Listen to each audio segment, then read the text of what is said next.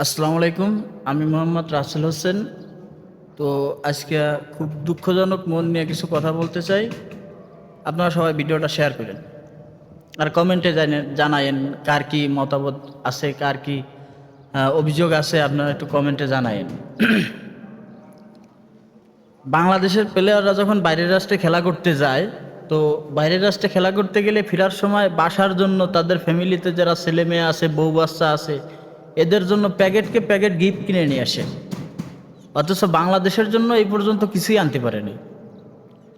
এই বাংলাদেশ যে দলটা আছে, এই দলটায় খেলা করে শুধুমাত্র খেলোয়াড়দেরই উন্নতি হয়, কিন্তু বাংলাদেশের কোনো উন্নতি হয় না।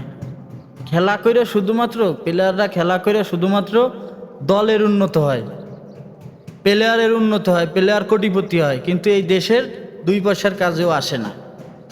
তো আমি বাংলাদেশের যে বর্তমান সরকার আছে, সরকারের বলতে চাই যে এই দেশে এই যে ক্রিকেট টিম আছে, এই টিমটা ব্যান করে দেওয়া হোক। আমরা এই জাতি আর ওই খেলা দেখতে চাই না। দ্বিতীয়ত হচ্ছে, আমরা শুনছিলাম এই যে আপনার দক্ষিণ কোরিয়া না কোথায় জানি শুনছিলাম যে একটা দেশে আপনার ক্রিকেটার দিয়া আগাছা পরিষ্কার করাইতো, বদলা দেয়াইতো। তো আমাদের দেশে যদি সেরকম একটা পদক্ষেপ নিত সরকার, আমি খুব খুশি হইতাম। আপনারা কীরকম হইতেন, আপনারা কি করতেন জানি না আমি, কিন্তু আমি খুব খুশি হইতাম যে একে দিয়ে আগাছা পরগাছা জমি ক্ষেত পরিষ্কার করা, হাল চাষ করানো, একে দিয়ে যদি এই কাজগুলো করানো হইতো আমি অনেক খুশি হইতাম, অনেক খুশি। আর দ্বিতীয়ত দেখেছেন এই যে খেলা, মানে এগেরে কোনো ইচ্ছা নাই, খেলা করার কোনো নাই। প্রথম ম্যাচ হইতো, প্রথম 2-1 রাউন্ড হইতো, যে খেলা করে ঠকছে ঠকছে ভালো মাইনে নিতাম।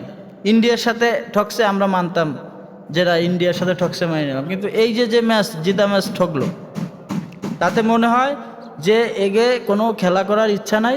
বাট এগে টোটালি বাংলাদেশ থেকে আমার আমার মতামতে বাংলাদেশ থেকে টোটালি ক্রিকেট খেলা ব্যান করে দেওয়া হোক, ঠিক আছে? আর তাই যদি না করেন, এগেরে দিয়ে হাল চাষ করেন। হ্যাঁ, শুনতেছি যে ডাক্তার ইউনূস নাকি বলছে যে একে দিয়ে হাল চাষ করা। যদি এরকমটা হয় আমি সঠিক জানি না, যদি এরকমটা হয় তাহলে আমি খুব খুশি হব। আর আপনাকে মতামত কি একটু কমেন্ট বক্সে জানাই যাবেন। আল্লাহ হাফেজ।